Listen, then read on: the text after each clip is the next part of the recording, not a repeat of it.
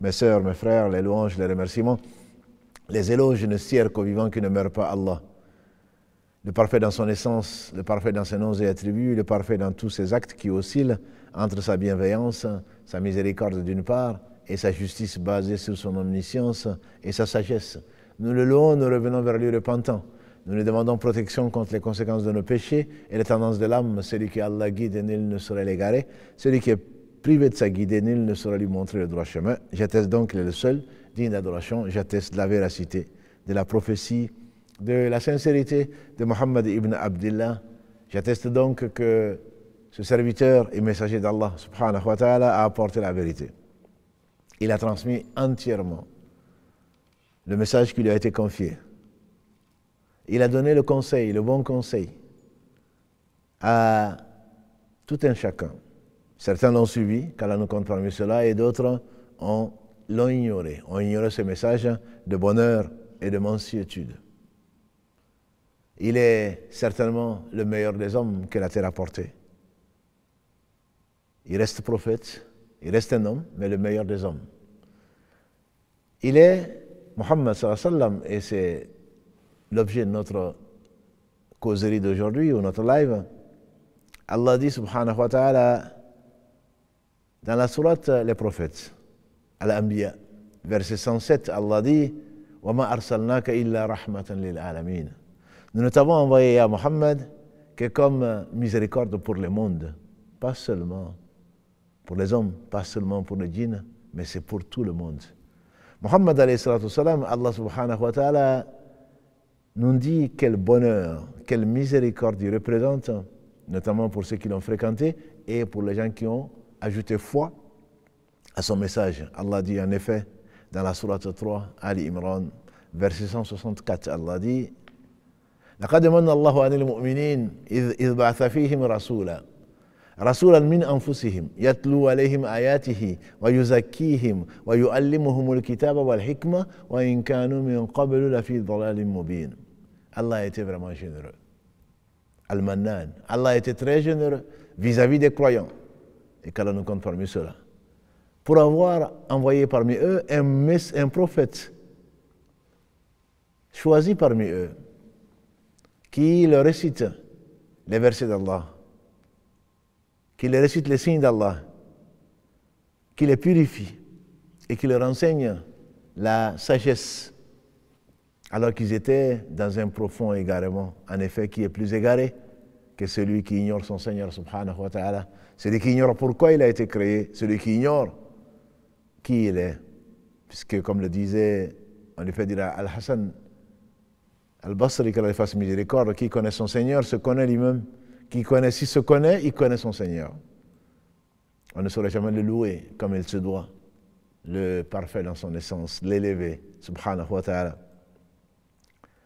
Allah subhanahu wa ta'ala a choisi de clore la série des prophètes par Muhammad ibn Abdillah. En effet, tous les prophètes alayhim salatu wassalam ont été envoyés à leur peuple. Quant à Muhammad ibn Abdillah, il a été envoyé à l'humanité entière. J'en veux pour preuve ce verset de la sourate As-Saf 61. Allah dit subhanahu wa ta'ala wa idh qala Isa ibn Maryam ya bani Israila inni rasulullahi ilaykum musaddiqan lima bayna yadayya min at-Tawrah wa mubashiran bi rasulin ya'ti min ba'di ismuhu Ahmad.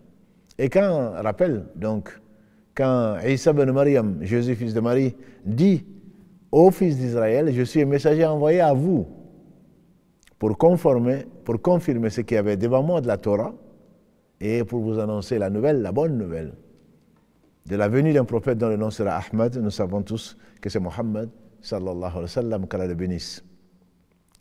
Et donc, Isa alayhi salatu wassalam est un prophète de Banu Israël. Comme Israël lui-même, tous les prophètes qui ont été envoyés aux fils d'Israël n'étaient envoyés qu'au seul fils d'Israël, en passant par Moïse et en terminant par Jésus alayhi salatu wassalam, qui est le dernier prophète des fils d'Israël.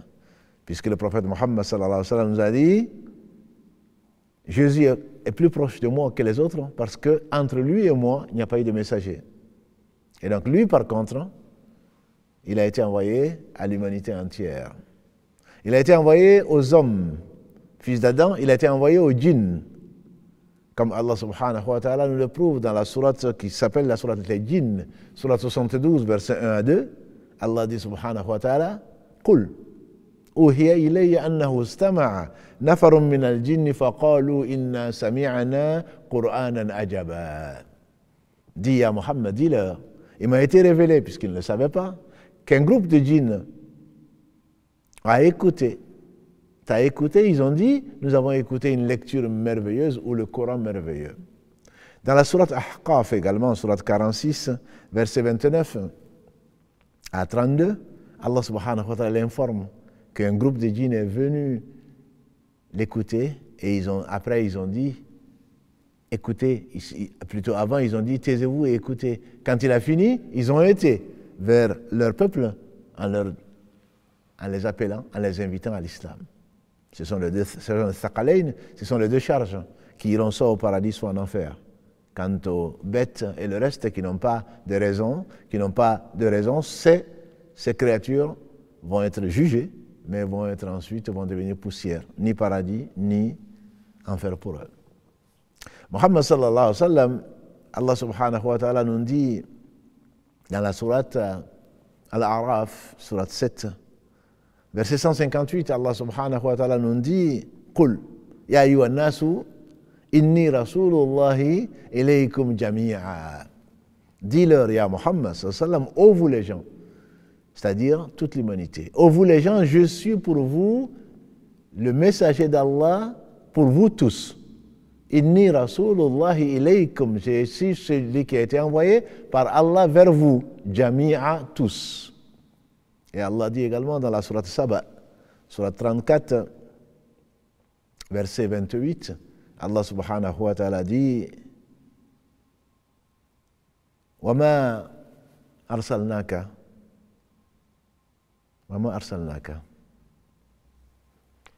إِلَّا. Allah dit donc, subhanahu wa ta'ala, dans cette sourate 34, verset 28, إِلَى النَّاسَ جَمِيعًا كَافَةً لِلنَّاسِ بَشِيرًا وَنَذِيرًا وَمَا أَرْسَلْنَاكَ إِلَّا كَافَةً لِلنَّاسِ بَشِيرًا وَنَذِيرًا وَلَكِنَّ أَكْثَرَ النَّاسِ لَا يَعْلَمُونَ. Nous ne t'avons envoyé à Muhammad sallallahu alayhi wa sallam qu'aux hommes dans leur entièreté. Kafa, tous les hommes, comme porteurs de bonnes nouvelles, Bashiran, wa Nadhira, et mettant en garde, Nadhir, mais la plupart des gens ne savent pas. Surat 34, Naba, verset donc 28. Donc ce Seigneur subhanahu wa ta'ala a choisi Muhammad sallallahu alayhi wa sallam pour l'envoyer à l'humanité entière. Il nous le confirme dans ce hadith authentique quand il a dit, on m'a donné 5 choses en exclusivité. 5 choses qui m'ont été données et qui n'ont pas été données aux autres frères prophètes, alayhim salatu wassalam. J'ai été envoyé, tous ont été envoyés à leur seul peuple, quant à moi, j'ai été envoyé à l'humanité entière. Il parle bien entendu de la concision du discours, il parle que toute la terre lui a été donnée comme lieu de prière, là où la prière vous atteint, l'heure de la prière vous atteint, faites la prière. Il a parlé du butin qui n'avait pas été accordé aux autres prophètes avant lui, alayhi salatu wassalam. Et il a également parlé de la frayeur, ru'b, qui a été mis dans les ennemis, dans le cœur des ennemis quand ils entendent parler de Muhammad sallallahu alayhi wa sallam à un mois de marche. C'est 5 choses que Allah a données à Muhammad sallallahu alayhi wa sallam. Donc vis-à-vis de ce prophète porteur de la bonne nouvelle, vis-à-vis de celui qu'Allah a choisi comme bien-aimé. Il a dit en effet, comme Allah a dit dans le Coran, وَاتَّخَذَ اللَّهُ إِبْرَاهِيمَ خَلِيلًا. Allah a pris Ibrahim comme rapproché, bien-aimé on traduira. Le prophète sallallahu alayhi wa sallam a dit, Allah m'a pris comme bien-aimé, Khalil, comme il a pris Ibrahim alayhi salam comme bien-aimé. C'est-à-dire sur les 124 000 prophètes, Allah a choisi les messagers qui sont au nombre de 313. De ces 313, Allah a choisi 5 très grands messagers qui sont dans l'ordre chronologique: Noé, Nuh, Ibrahim, Moussa, Isa et Muhammad alayhi salatu wassalam. Et de ces 5, Allah a choisi 2, Ibrahim et lui. Et le jour du jugement dernier, Allah lui a accordé ce qu'on a vu dans l'énigme. Allah lui a accordé Maqama Mahmoud, la place élevée, l'honneur que les premiers et les derniers parmi les prophètes vont désirer avoir, et que quand le soleil se rapproche des têtes, quand les hommes seront sortis de leur tombe, pieds nus, corps nus, non circoncis, qu'Allah facilite, et qu'il n'y aura que 7 catégories de personnes, en tout cas, parmi les 7 catégories de personnes, il y aura l'imam juste, et jusqu'à celui qui, dans son intimité, se rappelle Allah, et ses yeux débordent de larmes.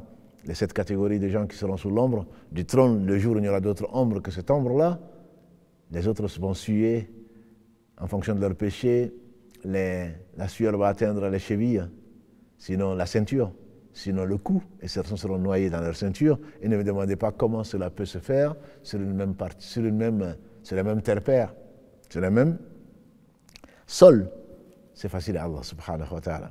Wa ma qadrullah haqqa qadri. On n'a pas vraiment estimé Allah comme il se doit. La terre entière sera pour lui une poignée le jour du jugement dernier. Les 7 cieux, il les tiendra dans sa dextre, et toutes les 2 mains d'Allah sont droites. Subhanahu wa ta'ala, pur, parfait, exempt de défauts et élevé. Amma yushrikoun, comment pourrait-on lui associer quoi que ce soit? Donc ce Muhammad sallallahu alayhi wa sallam est le sceau de la prophétie. Après lui, il n'y aura pas de prophète. Allah dit, subhanahu wa ta'ala, dans la sourate Ahzab, surat 33, verset 40, Allah dit, wa ma Muhammadun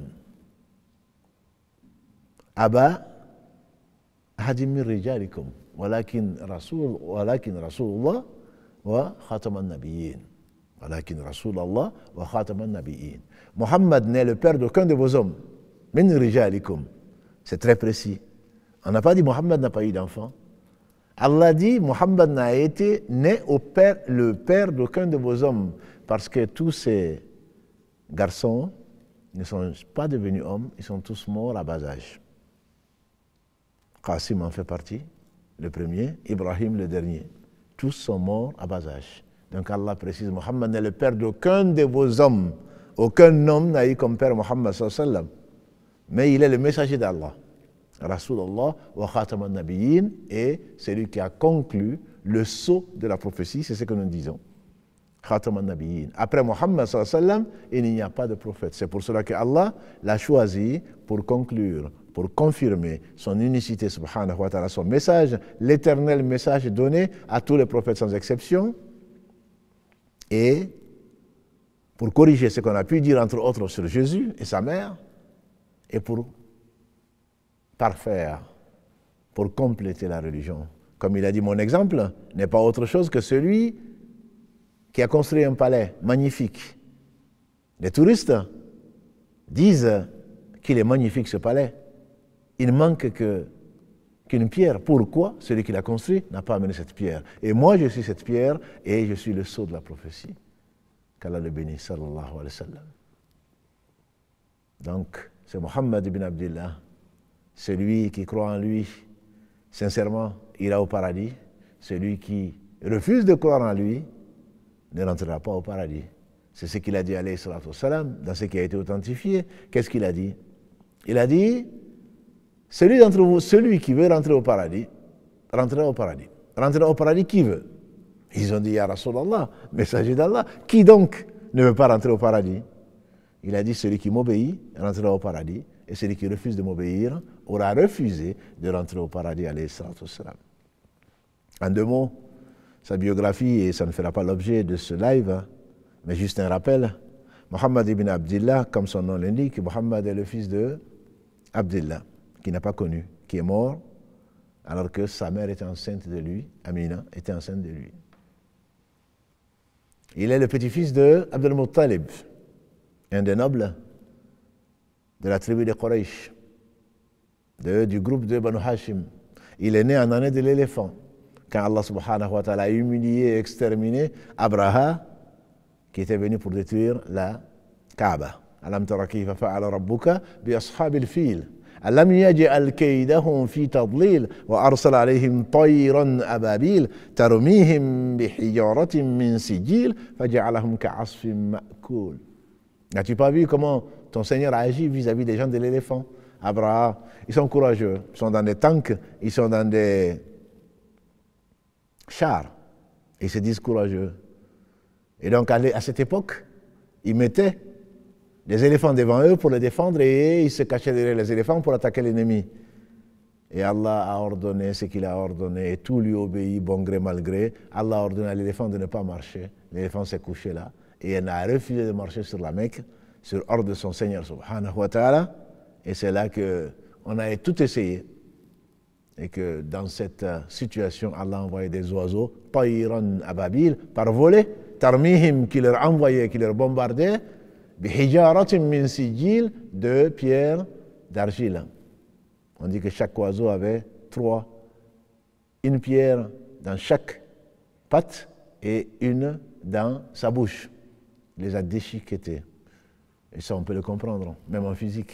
Quand quelque chose te tombe sur la tête, plus la hauteur est grande, plus la force est grande. On ne va pas faire de formules et donc ni de formulations à résoudre. Et Allah dit la vérité.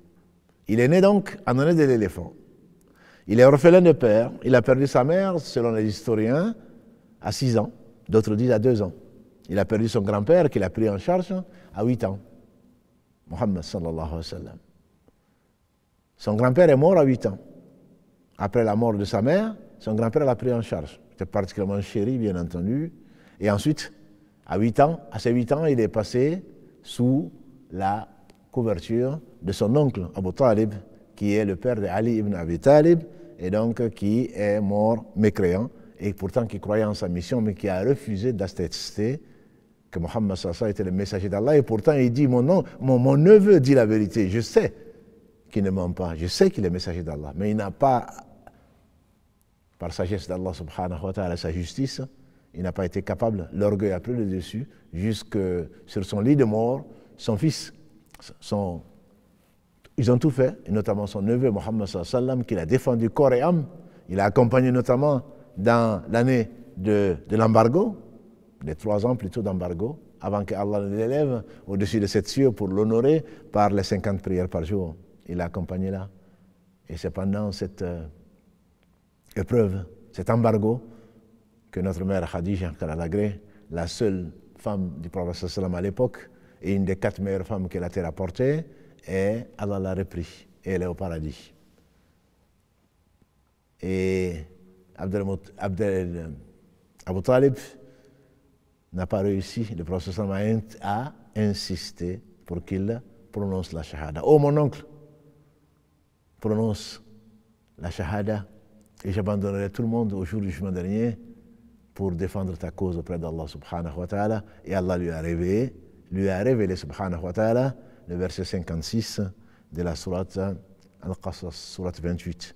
28-56, Allah lui dit Innaka la tahdi man ahbabt, walakin Allah yahdi man yasha. Tu ne guides pas, ya Muhammad, qui tu aimes. C'est Allah qui guide qui il veut.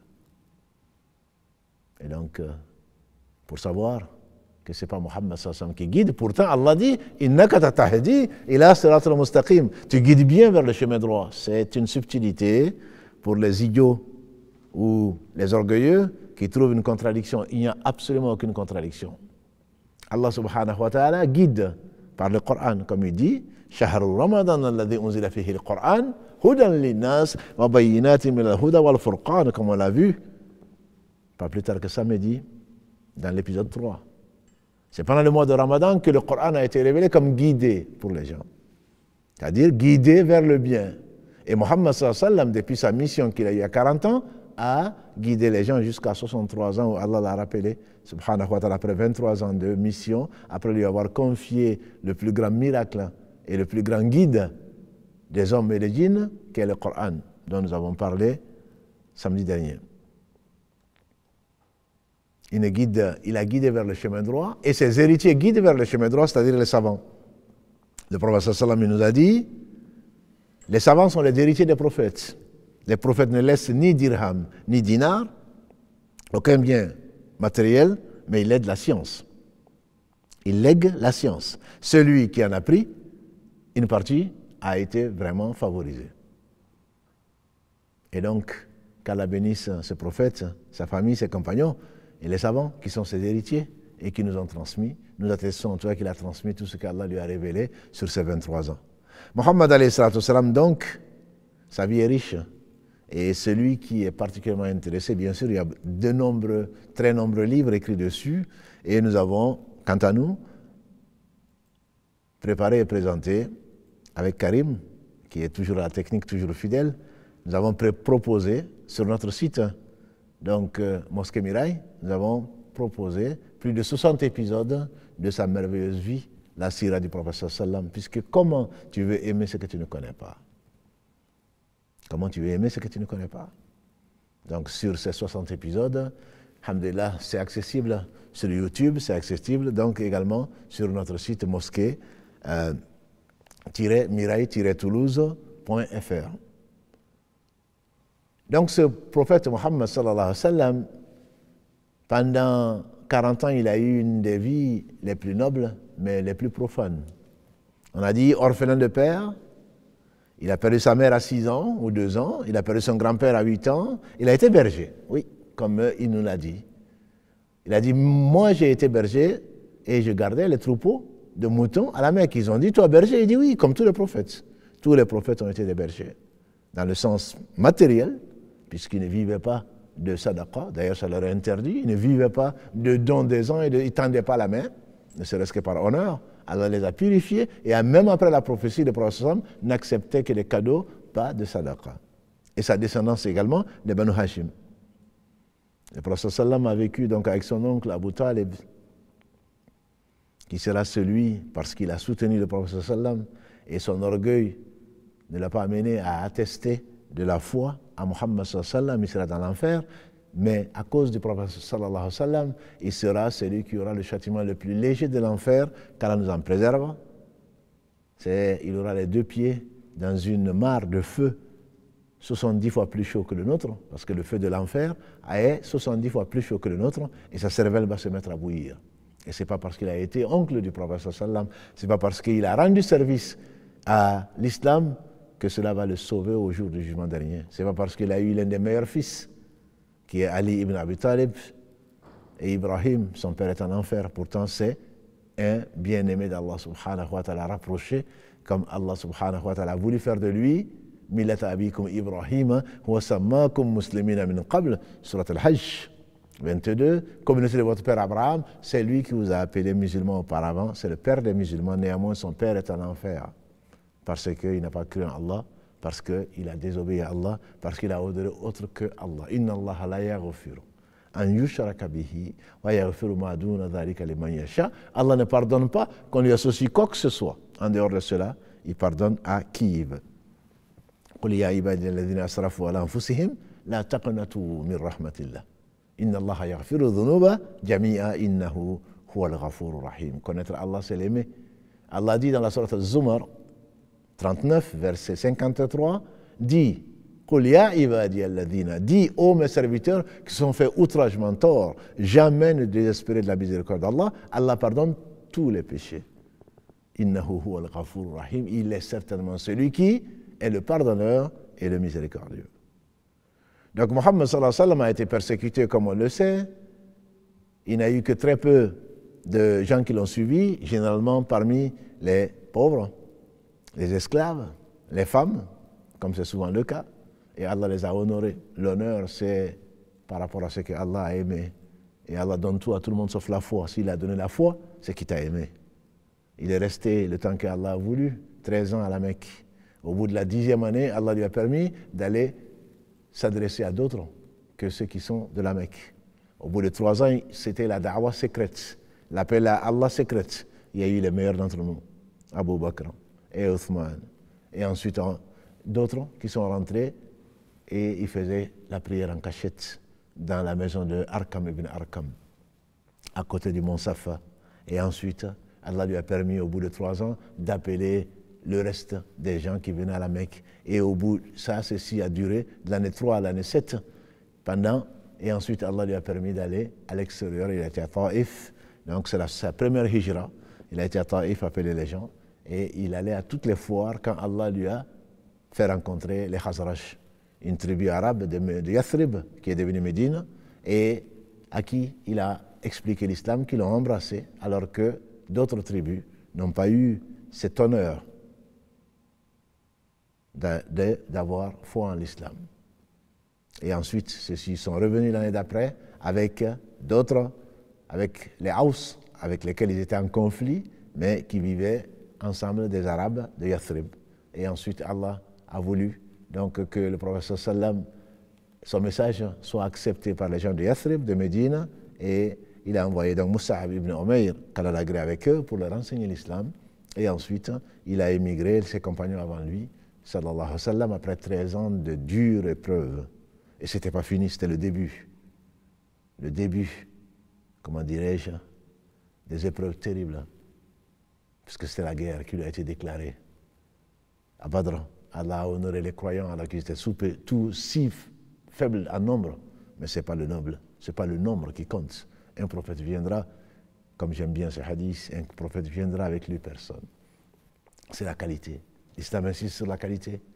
N'est-ce pas que 999 sur 1000 des fils d'Adam iront en enfer? Si le nombre devait chercher, si le nombre devait être un critère, certainement, Allah aurait mis le maximum au paradis. Malgré sa miséricorde et à cause de sa miséricorde, puisque personne ne rentrera au paradis à cause de ses œuvres, y compris le prophète sallallahu alayhi wa sallam lui-même, Allah a fait miséricorde. Il fera miséricorde, qu'Allah nous fasse miséricorde. Il fera miséricorde à une partie des fils d'Adam, 1 sur 1000, qui ira en enfer, et qui ira, subhanallah, qui échappera à l'enfer, qui ira au paradis, qu'Allah nous compte parmi cela.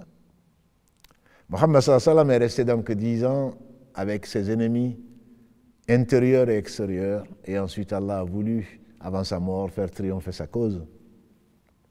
Et les compagnons que Allah a choisi, les meilleurs des hommes, après le prophète sallallahu alayhi wa sallam, on parlera ensuite, après d'eux, Inch'Allah, on parlera d'eux plus tard, et ont donné leur vie, leur bien, pour que la parole d'Allah soit la plus élevée, elle le restera, avec ou sans eux. Allah n'a besoin de personne, ni de Mohammed, ni d'Ibrahim, ni de l'ange Gabriel. Mais Allah a associé à sa cause, à son amour, à son agrément, à sa satisfaction, qui il a aimé. Et donc Mohammed sallallahu alayhi wa sallam allait rester et mourir 10 ans après son émigration, sa fuite de nuit, après s'être caché dans la grotte avec son meilleur compagnon, qui est Abu Bakr, qu'Allah l'agrée, celui qu'il aimait le plus, celui qui a dépensé le plus, le premier des adultes à s'être converti. Et donc, il va rendre l'âme après 10 ans, après que son message ait été entendu, son message soit parvenu au monde entier, puisque Allah a voulu qu'il puisse prendre contact au travers des lettres, depuis Hudaybiyah, donc depuis le traité de Hudaybiyah, prendre contact avec les grands de ce monde, l'empire byzantin comme l'empire donc perse, les deux grandes puissances de l'époque. Et Allah a guidé vers la voie qu'il a voulu, subhanahu wa ta'ala. Et donc c'est un résumé, mais extrêmement court. Je vous dis 60 épisodes, vous attendez, probablement vous avez d'autres sources. 60 épisodes ou plus vous attendent donc sur notre site, donc internet. Qu'Allah bénisse les gens qui ont contribué à cela. Donc Mohammed sallallahu alayhi wa sallam n'est pas n'importe qui. C'est celui que Allah a rapproché, celui que Allah a choisi, celui que Allah a honoré. Et c'est le meilleur des hommes. Quel comportement, quelle est l'éthique donc des musulmans vis-à-vis de celui-là? On sait que Mohammed sallallahu alayhi wa sallam, Allah a fait de l'attestation de foi la condition sine qua non depuis qu'il a envoyé comme prophète. Ceux qui ont entendu parler de lui, il dit: je jure par celui qui détient l'âme de Mohammed sallallahu alayhi wa sallam dans ses mains, celui qui parle d'Allah, aucun juif ou chrétien n'entendra parler de moi et qui refusera de croire à moi sans aller en enfer. Qu'Allah nous préserve de l'enfer. Allah guide qui il veut. Et donc nous prions Allah subhanahu wa ta'ala de guider ses serviteurs. Parce que c'est le bonheur assuré dans ce bas monde et dans l'au-delà. Si seulement on savait. Il a donc au paradis celui qui veut. Et refusera d'aller au paradis celui qui refuse de lui obéir, qu'Allah le bénisse et le sauve. Donc comment on va agir vis-à-vis de cet homme? Il ne s'agit bien entendu pas de l'adorer. Il a dit, dans ce qui a été rapporté authentiquement par Hakim, il a dit, n'exagérez pas à propos de moi comme on exagéré. Je ne suis que prophète de Dieu et esclave de Dieu. Abduhu wa Rasuluhu, esclave et messager de Dieu. C'est pour cela que dans la shahada, souvent, on rajoute Ashhadu an la ilaha illallah wa ashhadu anna Muhammadan abduhu wa rasuluhu, pour qu'on ne confonde pas. Il n'a pas pu guider son propre oncle. C'est Allah subhanahu wa ta'ala qui guide. C'est son exclusivité. Dans l'unicité, c'est Allah qui guide sur le chemin droit. Vers le chemin, Allah associé. C'est lui qui guide. Il a mis le Coran pour guider vers le chemin. Il a mis les prophètes, sans exception, qui ont été suscités, qui ont été désignés pour guider les gens vers la voie droite. Il a mis les prophètes et les héritiers des prophètes qui sont les savants. Chacun peut y contribuer. Mais là où Allah subhanahu wa ta'ala n'accepte pas, n'a pas donné de pouvoir à qui que ce soit de guider sur le chemin droit, c'est lui seul, subhanahu wa ta'ala, et aucun prophète, ni personne, encore moins, pour guider sur ce chemin-là. C'est la raison pour laquelle, en tout cas une des sagesses pour lesquelles, il nous demande, subhanahu wa ta'ala, de prier 17 fois par jour, de le prier, pour qu'il nous guide vers le chemin droit. Lui seul guide. Donc Muhammad, alayhi salatu salam, malgré sa place énorme, malgré qu'il soit le meilleur des hommes, ne peut rien pour lui-même. Il ne peut rien absolument pour lui-même. Il est hors de question de le prendre pour Dieu, demi-dieu, ou quoi que ce soit d'autre qu'un messager et un serviteur d'Allah subhanahu wa ta'ala. Omar ibn Khattab, qu'Allah l'agrée, a rapporté ce hadith rapporté par l'imam al-Bukhari, qu'Allah lui fasse miséricorde. Il a dit, n'exagérez pas à mon sujet, n'exagérez pas comme les chrétiens ont exagéré à propos du fils de Marie. Je ne suis que serviteur d'Allah et son messager. Et donc, toute personne qui, malgré ces prétextes, qui va adorer Muhammad sallallahu alayhi wa sallam, ou qui va faire ce qu'il n'a pas fait, ne sera pas agréé d'Allah. Allah a fait du prophète Muhammad sallallahu alayhi wa sallam et la voie qu'il a laissée, qu'il a préservée, une des 3 conditions pour accepter une œuvre. Une des 2 conditions pour un musulman. Pour que toute œuvre soit acceptée d'Allah, et Allah n'a besoin de personne, il faut qu'elle vienne d'un musulman. Celui qui a attesté qu'Allah seul mérite l'adoration, et depuis la venue de Muhammad sallallahu alayhi wa sallam, que Muhammad est son messager. Celui qui meurt en croyant sincèrement à cela, certainement, rentrera au paradis un jour ou l'autre. Quels que fussent ses péchés. Soit Allah lui pardonne, soit Allah le châtie pour les injustices qu'il a faites vis-à-vis d'autres, vis-à-vis de ses créatures, et il finira par sortir de l'enfer. Allah a élevé son nom, alayhi salatu salam. Alam nashrah laka sadrak. Surat 94. Sharah. ووضعنا عنك وزرك الذي أنقض ظهرك ورفعنا لك ذكرك. Nous avons élevé ton nom. Pas seulement le jour du jugement dernier ou les premiers et les derniers, l'environ, mais dans ce bas monde. Je ne connais pas de village aujourd'hui, y compris en Australie, où on n'entend pas le muezzin en train d'appeler Ashhadu an la ilaha illallah, Ashhadu anna Muhammad Rasulullah sallallahu alayhi wa sallam. C'est au travers de cela qu'on rentre dans l'islam. C'est au travers de cela qu'on rentre au paradis pour celui qui est venu de sa communauté, en tout cas depuis qu'il a été envoyé alayhi salatu wassalam. Parce qu'il y a 2 types de communautés. Il y a la communauté de da'wa, depuis qu'il est arrivé, la communauté d'appel. Tous ceux qui ont entendu parler du prophète sallallahu alayhi wa sallam sont appelés sa communauté, mais sa communauté de da'wa. Et il y a la communauté de istijaba, ceux qui ont répondu à son appel, alayhi salatu wassalam. Et donc, l'éthique vis-à-vis de cet homme, le meilleur des hommes, l'envoyé d'Allah sallallahu alayhi wa sallam et son serviteur, ce n'est pas de l'adorer, ce n'est pas de passer par lui pour atteindre Allah. Quand celui qui lui a dit, toi et ce que Allah aime, Masha Allah wa shi't, ce que Allah aime et ce que tu veux, c'est réalisé. Il a dit, Atajalni lillahi nidda, tu fais de moi un associé à Allah? Non, dis seulement masha'Allah. Et ceux qui sont parmi nos peuples, parmi nos parents, parmi nos proches, en train de dire Inch'Allah wa Rasoul, si Allah veut et son messager. Le prophète sallam, s'il était là, certainement, on sait ce qu'il aurait dit. Même des compagnons qui sont venus le voir en disant allons-y voir le prophète pour demander son secours contre cet hypocrite. Il a dit on ne demande le secours qu'auprès d'Allah. On ne demande le secours qu'auprès d'Allah. Et donc, aimer le prophète sallam, c'est le suivre, c'est lui obéir.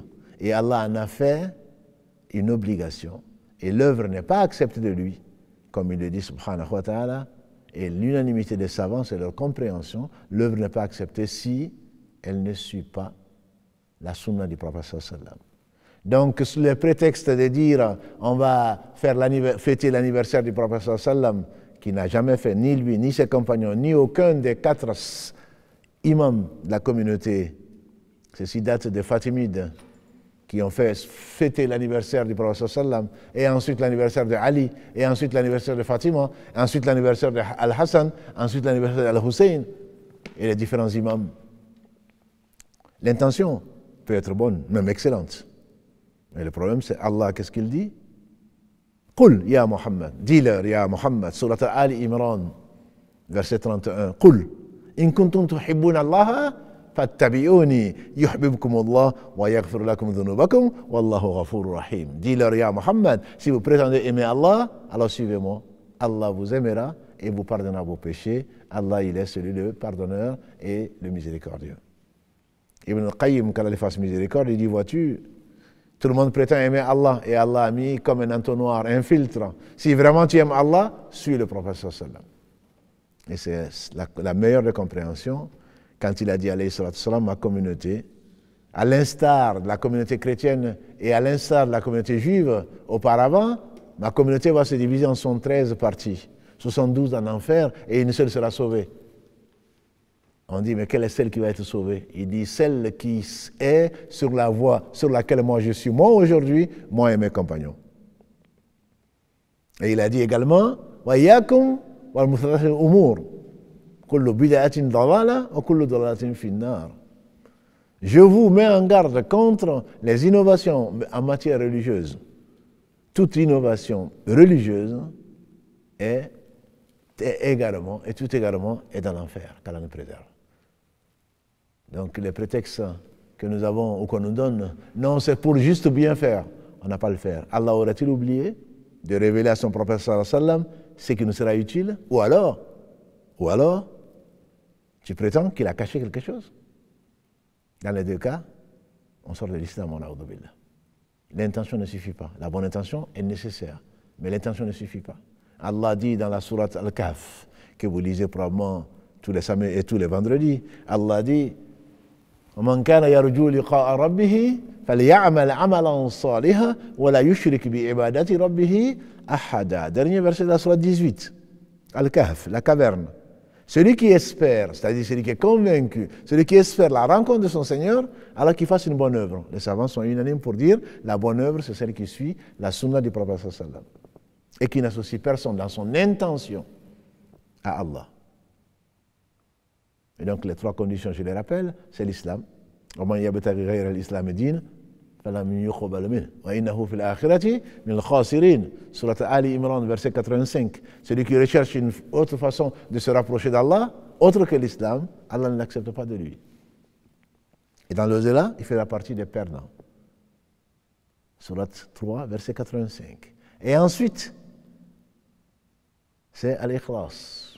وَمَا أُمِرُوا إِلَّا لِيَعْبُدُوا اللَّهَ مُخْلِصِينَ لَهُ الدِّينَ حُنَفَاءَ. On l'a pourtant demandé que d'adorer Allah sincèrement. وَيُقِيمُوا الصَّلَاةَ وَيُؤْتُوا الزَّكَاةَ وَذَلِكَ دِينُ الْقَيِّمَةِ. Voici, après avoir adoré Allah sincèrement au travers de la prière et de la zakat, voilà ce qui a été prescrit, la religion de droiture. Et Allah dit subhanahu wa ta'ala وَلَقَدْ أُوحِيَ إِلَيْكَ وَإِلَى الَّذِينَ مِنْ قَبْلِكَ. لئن أشركت ليحبطن عملك ولتكونن من الخاسرين قل الله أعبد وكن من الشاكرين. Allah dit dans la sourate Zumar, dit, il m'a été révélé ainsi que à ceux d'avant moi, c'est-à-dire les prophètes, si tu associes quoi que ce soit à Allah, ton acte sera nul. Ton acte sera annulé. Et tu feras partie des perdants. Donc l'intention doit être exclusivement destinée à Allah, et on connaît l'histoire des 3 premiers combustibles de l'enfer qu'Allah nous en préserve, bien qu'ayant appris le Coran par cœur, bien qu'ayant donné sa vie pour Allah, bien qu'ayant dépensé matin, midi, soir, en théorie pour Allah, mais en réalité pour se montrer, parce qu'ils l'ont fait pour Allah et quelqu'un d'autre, et Allah c'est lui qui se passe de tout, associé, subhanahu wa ta'ala. C'est le riche, qui n'a besoin de personne. L'éthique vis-à-vis de ce prophète sallam, c'est de l'aimer, bien entendu. C'est de l'aimer. Comment tu ne vas pas aimer celui qu'Allah a aimé? On a dit, Allah l'a particulièrement aimé. De tous les hommes, il en a fait le meilleur de tous les hommes. L'aimer, Allah l'a exigé, aimer plus que nous-mêmes. C'est Allah qui le dit dans la sourate At-Tawbah, 9, verset 24. Si vos pères et mères, jusqu'à la fin du verset, vos épouses, vos biens dont vous craignez la perte, vous sont plus chers que Allah et son messager, alors attendez. Attendez-vous à une guerre de la part d'Allah subhanahu wa ta'ala. Et il dit dans la sourate Al-Ahzab, sourate 33, verset 6, An-nabiyyu awla bil mu'minina min anfusihim. Le messager a plus de droits sur les croyants que eux-mêmes, sur eux-mêmes. Le messager a plus de droits sur les croyants qu'eux-mêmes.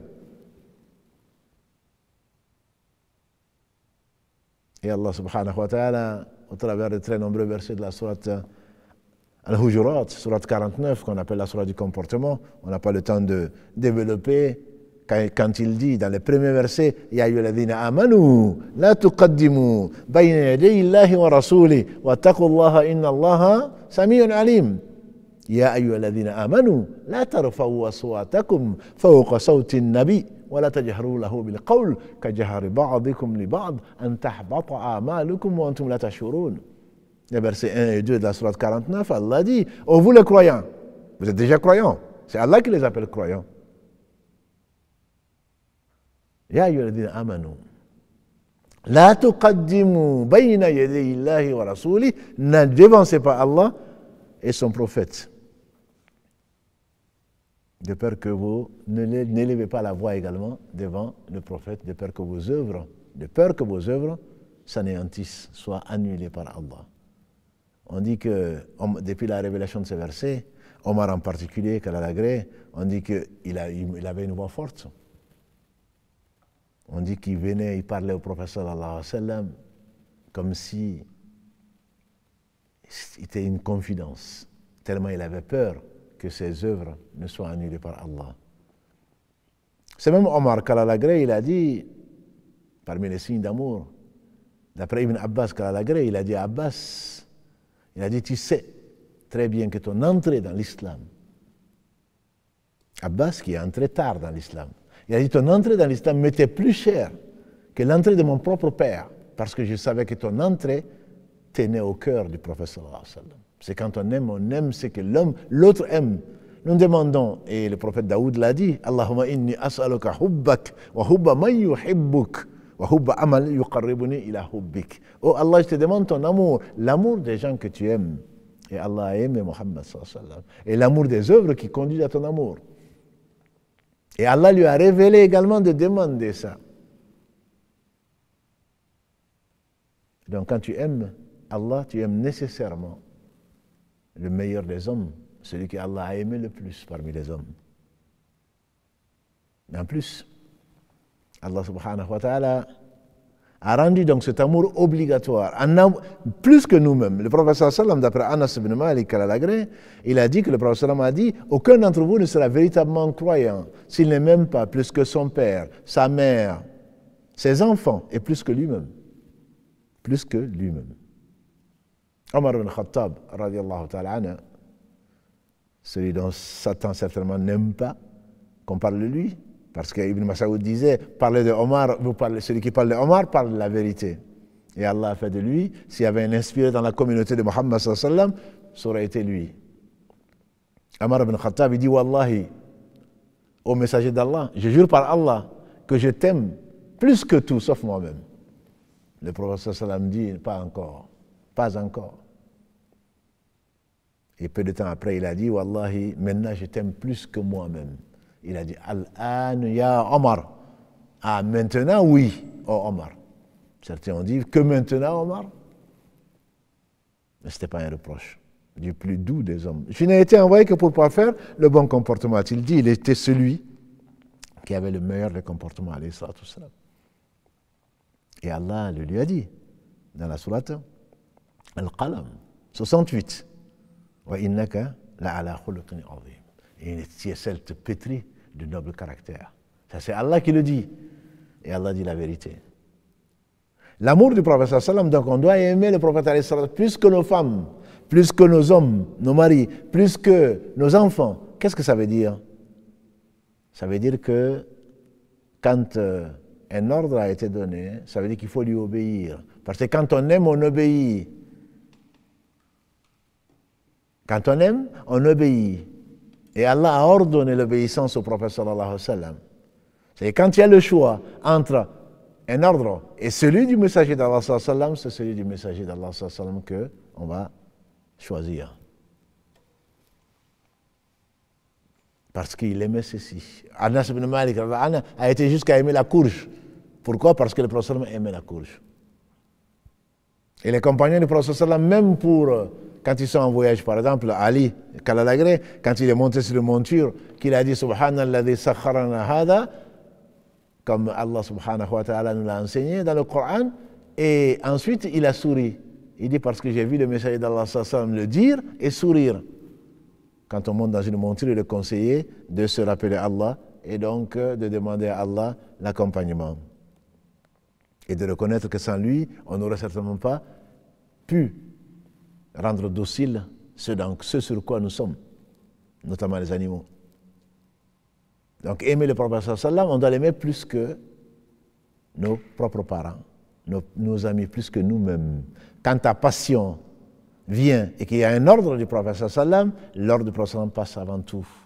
Il a dit dans ce hadith qui a été authentifié en tout cas par l'imam An-Nawawi, qu'Allah lui fasse miséricorde, et que certains comme l'imam Albani considèrent comme faible, mais nous partons de l'idée que Albani est un muhaddith et reconnu. Aucun d'entre vous ne sera véritablement croyant si ses passions ne se soumettent pas à ce que j'ai amené.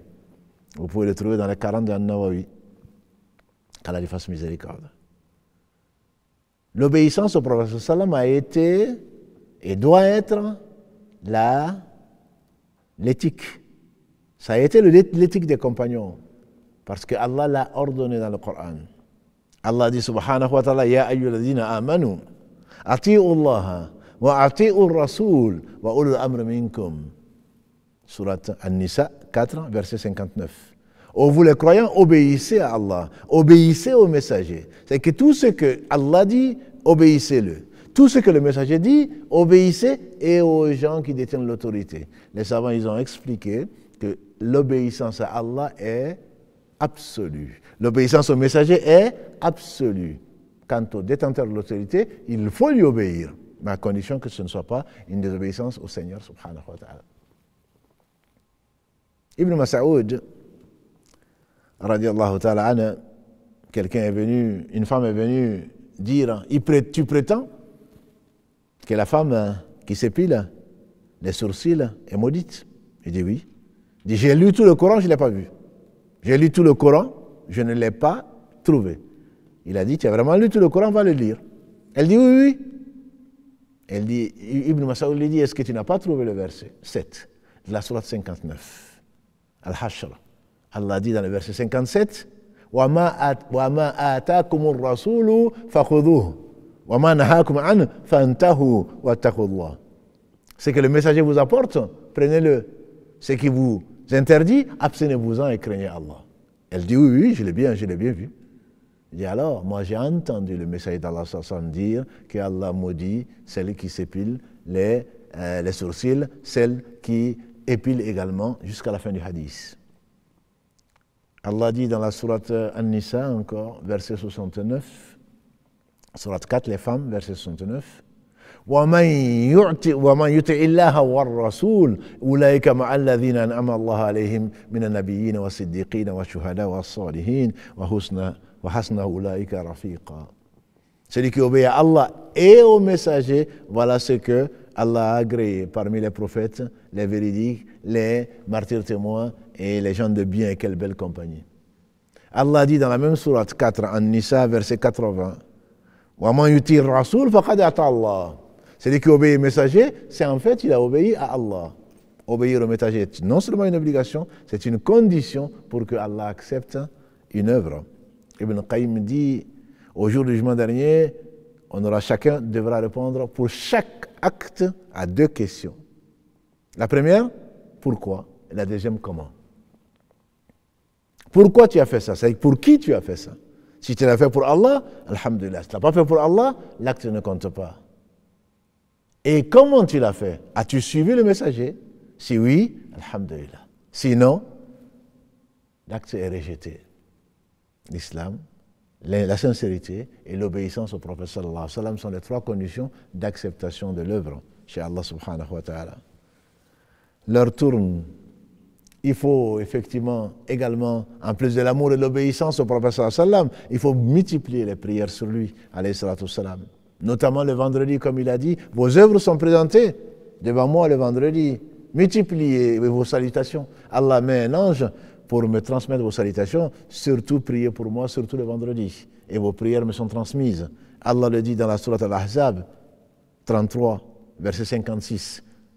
Ya ayyuhalladhina inna Allaha wa malaikatahu yusalluna ala nabi ya ayyuhalladhina amanu sallu alayhi wa sallimu taslima.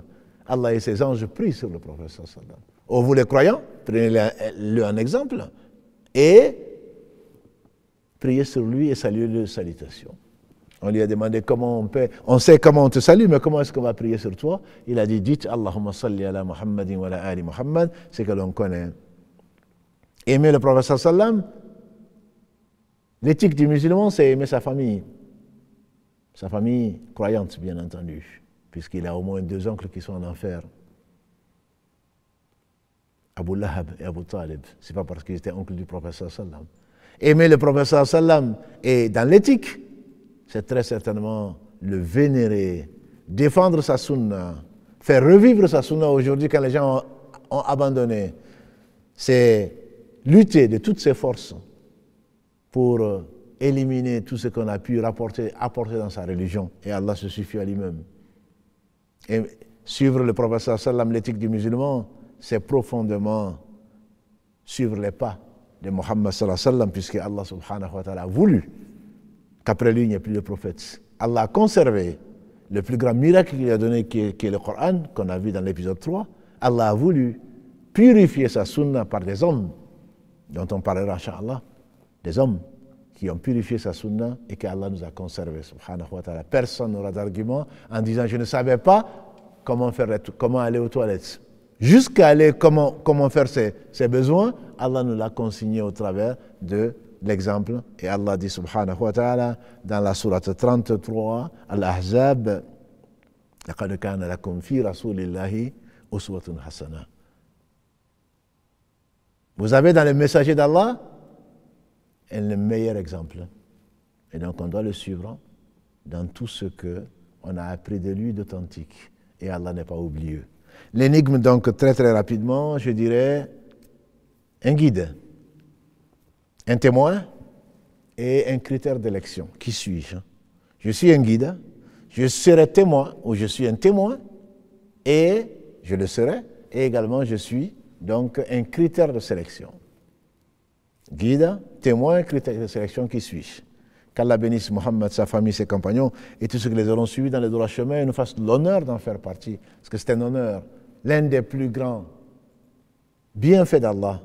Et certains disent c'est le plus grand bienfait. C'est celui par qui Allah nous a fait sortir des ténèbres, de l'ignorance, vers la lumière de l'islam. C'est celui par qui, celui qui le suit, va connaître la béatitude. Et comment tu peux ne pas aimer quand tu aimes ton enfant, quand tu aimes ton épouse, quand tu aimes ton époux, quand tu aimes le bon manger, quand tu aimes la belle nourriture, quand tu aimes la nature, juste parce que ça te fait plaisir. Quand tu aimes les gens intelligents, comment tu peux ne pas aimer Muhammad sallallahu alayhi wa sallam? Qu'Allah nous le fasse aimer. Qu'Allah nous fasse aimer plus que nos parents, nos pères, nos mères, nos épouses, nos époux, nos enfants, plus que nous-mêmes. Qu'Allah subhanahu wa ta'ala nous le fasse aimer au travers de l'amour d'Allah, puisqu'il n'est ni Dieu, ni demi-dieu, mais il est le prophète d'Allah subhanahu wa ta'ala, celui qu'il a aimé le plus parmi les hommes. Subhanakallahumma bihamdika, ashhadu an la ilaha illa anta, astaghfiruka wa atubu ilayk. Subhana rabbika rabbil izzati amma yasifun, wa salamun ala al-mursalin, walhamdulillahi rabbil alamin. Wassalamu alaykum wa rahmatullahi wa barakatuh.